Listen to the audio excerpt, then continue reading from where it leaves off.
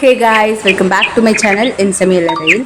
இன்றைக்கி நம்ம என்ன பார்க்க போகிறோம் அப்படின்னா, ராகி இடியாப்பமும் அதே மாதிரி எக் கிரேவியும் தான். அதுக்கு தொட்டுக்க எக் கிரேவியும் தான் பார்க்க போகிறோம். எப்பயுமே இடியாப்பம் அரிசி மாவுலையே பண்ணுறதை விட குழந்தைங்களுக்கு ஒரு ஹெல்தி வேர்ஷனாக ஒரு சேஞ்ச் ஓவராக நம்ம ராகி மாவில் ட்ரை பண்ணி கொடுக்கலாம், சமைச்சு கொடுக்கலாம். அவங்களும் கொஞ்சம் ரொம்ப விரும்பியே சாப்பிடுவாங்க. சாப்பிங் போர்டு புதுசாக வாங்கியிருக்கேன் சில்வரில். உடன் அண்ட் பிளாஸ்டிக்ஸ்லாம் இதுக்கு முன்னாடி யூஸ் பண்ணியிருக்கேன். அதுக்கப்புறம் தான் பிளாஸ்டிக் நம்ம கட் பண்ணுறப்ப லைட்டாக பிளாஸ்டிக் இதெல்லாம் போயிடும். அப்புறம் உடன் ரொம்ப நாள் உழைக்கிறது இல்லை. ஸோ எதுக்கு அப்படின்னு சொல்லிட்டு சிங்கிள் இன்வெஸ்ட்மெண்ட்டாக நான் சில்வருக்கே போயிட்டேன்.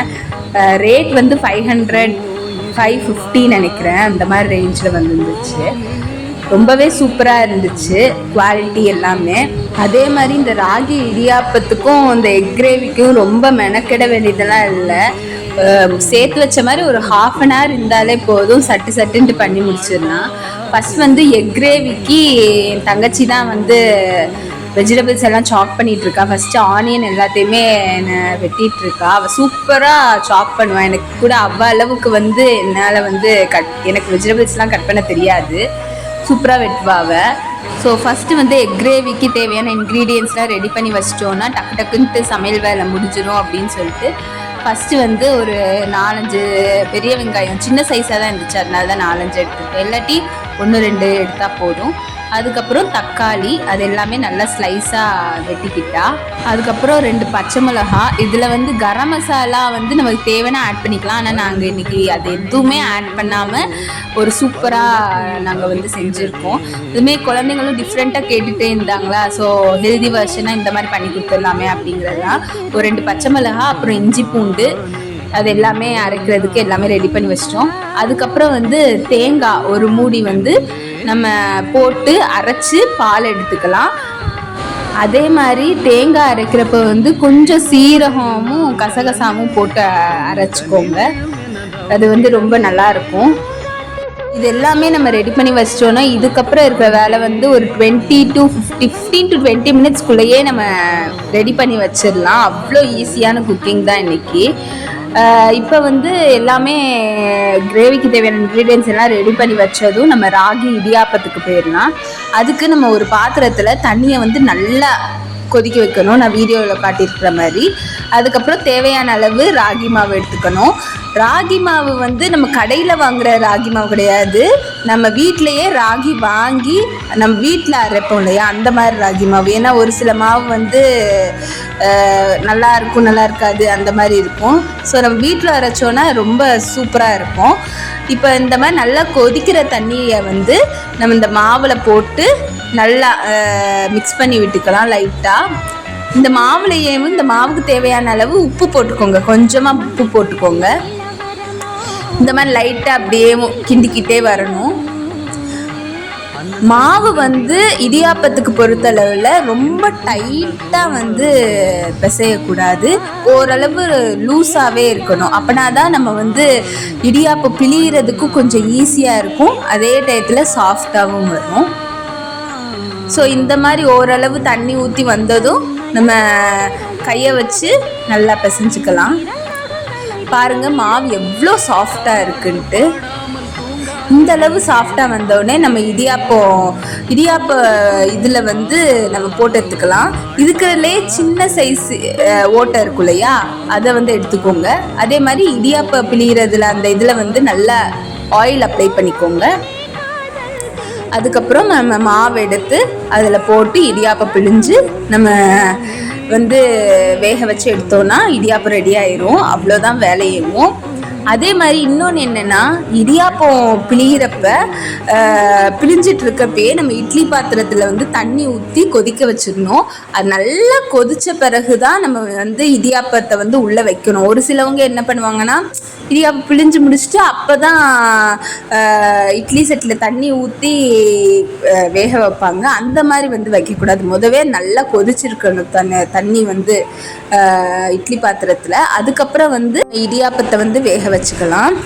நம்ம இட்லி இது தட்டிலையும் நம்ம சேர்த்து வைக்கிறோம். பாருங்க மாவு வந்து எவ்வளோ ஈஸியாக நம்ம வந்து புளியறதுக்கு வருதுன்ட்டு, அந்த அளவு சாஃப்டாக இருக்கணும். இப்போ நல்லா இட்லி சட்டியில் வந்து தண்ணி கொதிச்சிருச்சு. இப்போ நம்ம இடியாப்பத்தை வேக வச்சிடலாம். இதோட குக்கிங் டைம் சொல்லிட்டு பார்த்தீங்கன்னா ஒரு 5 to 7 மினிட்ஸ் ஆகும் நல்லா குக் ஆகிறதுக்கு. நம்ம 7 மினிட்ஸ்க்கு அப்புறம் எடுத்து பார்த்தோன்னா எவ்வளோ அழகாக ராகி இடியாப்பம் வந்து ரெடி ஆகிருக்குன்னு சொல்லிட்டு பாருங்கள். அவ்வளோ சாஃப்டாக இருக்குது, பார்க்குறப்பயே தெரியுது எவ்வளோ சூப்பராக இருக்குன்ட்டு. பாருங்கள் எவ்வளோ சாஃப்டாக வருது அப்படின்ட்டு, எவ்வளோ சூப்பராக வந்திருக்குன்ட்டு பாருங்கள். நம்ம ரெகுலராக அரிசி மாவில் பண்ணி கொடுக்குறத விட இந்த மாதிரி டிஃப்ரெண்ட்டாக நம்ம வந்து குழந்தைங்களுக்கு பண்ணி கொடுக்குறப்ப ரொம்பவும் விரும்பியும் சாப்பிடுவாங்க. இதோட ஹெல்த் பெனிஃபிட்ஸுமே ரொம்ப கூட. நெக்ஸ்ட்டு வந்து எக் கிரேவி பண்ணிடலாம். எக் கிரேவிக்கு வந்து ஒரு சட்டியில் கொஞ்சம் எண்ணெய் ஊற்றி, தேங்காய் எண்ணெய் ஊற்றிக்கோங்க. தேங்காய் எண்ணெய் ஊற்றி அதில் வந்து கடுகு, பெருஞ்சீரகம், அப்புறம் வந்து 2 பச்சை மிளகா, கருவேப்பிலை போட்டுட்டு நல்லா வதக்கி விட்டுட்டு அதுக்கப்புறம் வந்து வெங்காயத்தை போட்டுக்கோங்க. போட்டு நல்லா வதக்கிக்கலாம். எப்பயுமே கருவேப்பிலை போட்டதும் அதில் உள்ள தண்ணி எல்லாம் வந்து தெரிக்கல, அதனால நான் ஒரு மூடியை வச்சு மூடிடுவேன். நல்ல வெங்காயம் வந்து வெந்ததும் ஒரு லைட் அந்த டிரான்ஸ்பரண்ட்டாக அந்த மாதிரி ஆகும் இல்லையா, அந்த மாதிரி ஒரு ஸ்டேஜில் வந்து நான் வந்து இஞ்சி பூண்டு பேஸ்ட் ஒரு 2 டீஸ்பூன் வந்து போட்டுக்கிறேன். நிறையா நல்லா போட்டுக்கோங்க. அதையும் நல்லா வதக்கின பிறகு நான் வந்து இது சாம்பார் தூள் இருக்கு இல்லையா, சில்லி பவுடர் இல்லாட்டி சாம்பார் தூள், அதை போட்டு நல்லா வதக்கிக்கலாம். இப்போ இது வதங்குற டயத்தில் வந்து இந்த மசாலா வந்து அடிப்பிடிக்காமல் இருக்க கொஞ்சோண்டு மட்டும் தண்ணி ஊற்றி, அந்த மசாலா வந்து இதாகாமல் இருக்கிறதுக்கு தான் கொஞ்சோண்டு தண்ணி ஊற்றி நல்லா மிக்ஸ் பண்ணி வேக விட்டுக்கலாம். அதுக்கப்புறம் வந்து தக்காளி போட்டு நல்லா வதக்கிக்கோங்க. இப்போ தக்காளி போட்டு நல்லா வதக்கின பிறகு இது குக் ஆகிறதுக்கு, சீக்கிரமாக குக் ஆகிறதுக்கு நம்ம வந்து தேவையான அளவு உப்பு போட்டுக்கலாம். உப்பு போட்டு நல்லா மிக்ஸ் பண்ணி குக் பண்ணலாம். இப்போ இந்த சமயத்தில் வந்து கொஞ்சோண்டு தண்ணி ஆட் பண்ணியிருக்கேன், ஏன்னா அடிப்பிடிக்காமல் இருக்கிறதுக்கு.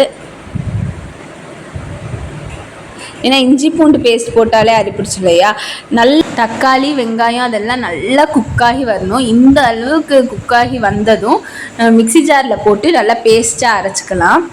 சைட் பை சைடு வந்து நான் குழந்தைங்களுக்கு தானே சொல்லியிருந்தேன், ஸோ முட்டையும் அப்படியே உரிச்சிட்டு இருக்காங்க என் தங்கச்சி தான்.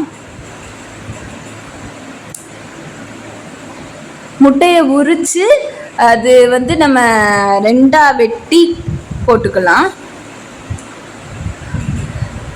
அதுக்கப்புறம் வந்து நான் அந்த கிரேவிக்கு தக்காளி எல்லாம் வதக்கினேன் இல்லையா, அதே பேன்லேயேவும் நான் கொஞ்சோண்டு எண்ணெய் ஊற்றி அந்த அரைச்சி வச்சிருந்த பேஸ்ட்டை வந்து நான் போட்டு நல்லா வதக்கிக்கிறேன். மிக்ஸி ஜார்லேயும் கொஞ்சம் இருந்துச்சா, அதெல்லாம் அந்த மசாலா எல்லாத்தையுமே சேர்த்து நம்ம வதக்கிக்கிறேன்.